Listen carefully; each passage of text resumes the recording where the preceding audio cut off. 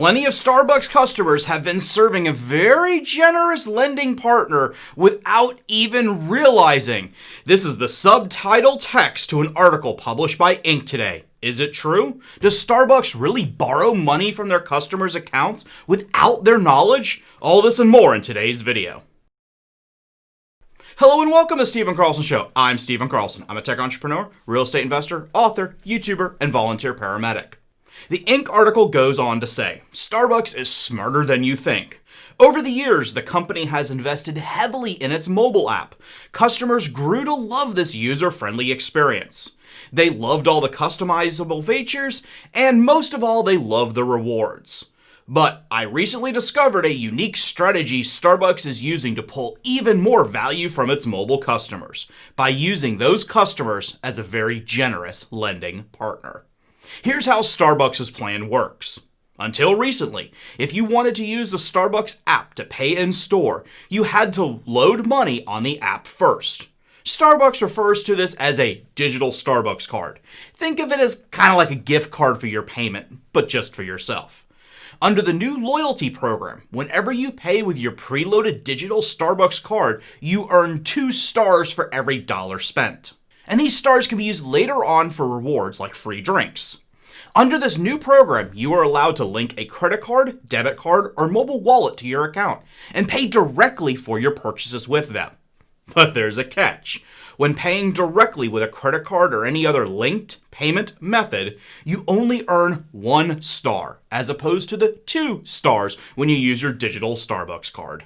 Of course, Starbucks also offers physical gift cards, which you can use at any time to make your payment as well. And yes, you guessed it, Starbucks physical cards also earn you 2 points for every dollar spent. In a recent piece for The Motley Fool, investor Neil Patel highlighted that as of March 29th, Starbucks customers' prepaid balances, that's the unused account balances sitting on either their digital or physical gift card, amounted to just over $1.4 billion. And if that wasn't enough, continues Patel, a significant portion of these coffee deposits end up going completely unused.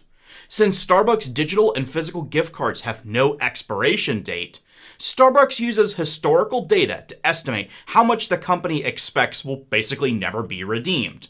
This is a term called breakage.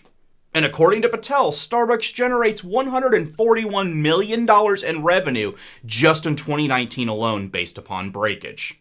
Also, don't forget to check out the Webull link down in the description. By opening your brokerage account with them and depositing $100, you will be able to get 2 free stocks, with one of those stocks being valued up to $1,600 completely free. Make sure you check it out using the link down in the description. It helps us support this channel. I appreciate it. Thanks. Inc. claims in their article that $141 million basically is a donation to Starbucks. Is this true? Well, yes, no, and maybe. But first, as my regular viewers will know, I have a team of outstanding lawyers chained up in my basement that are dedicated to keeping me safe. And they get a little bit rowdy whenever I make YouTube videos. If you listen quietly, maybe you can hear them. Hey, let me out of here! Let me out! Let me out! Let me Anyways, out! the only way to calm them down is to give a little disclaimer.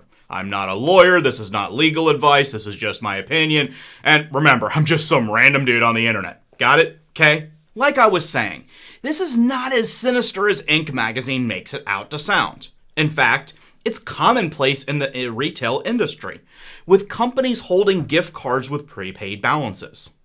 Yes, this allows them to float with extra cash in the bank. But honestly, as much as $141 million sounds like a large number to you and me, for a company with annual revenues of over $25 billion, it's really not that substantial of a number. Starbucks' move in their app is far more dedicated to their concern about reducing credit card processing fees. That's when they pay Visa, MasterCard, American Express, Discover, etc.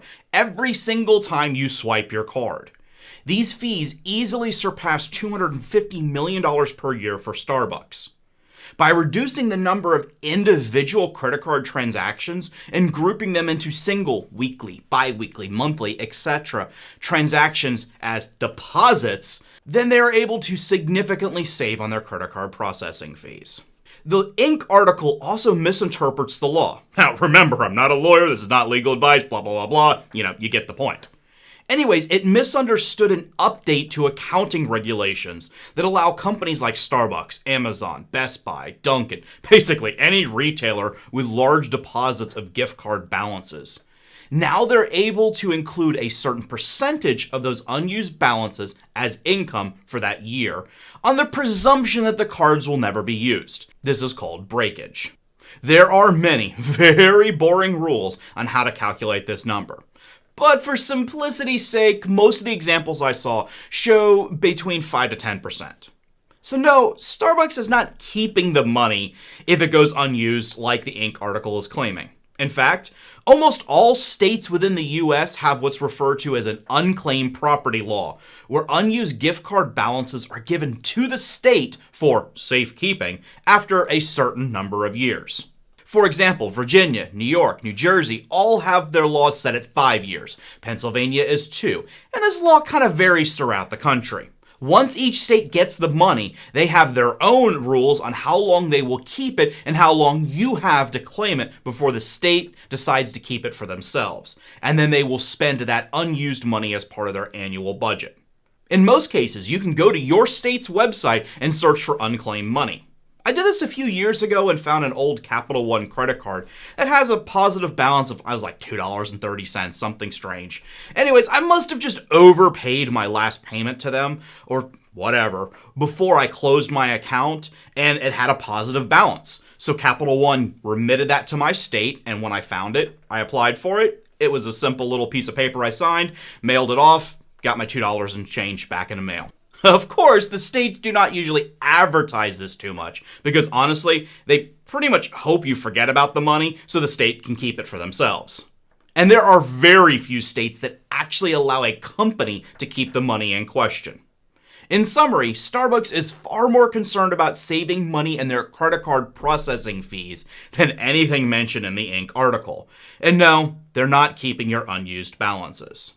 Thank you very much for watching. Please make sure you click like and subscribe. Doing so really helps the YouTube algorithm. I appreciate it. Thanks, and I'll see you on the next one.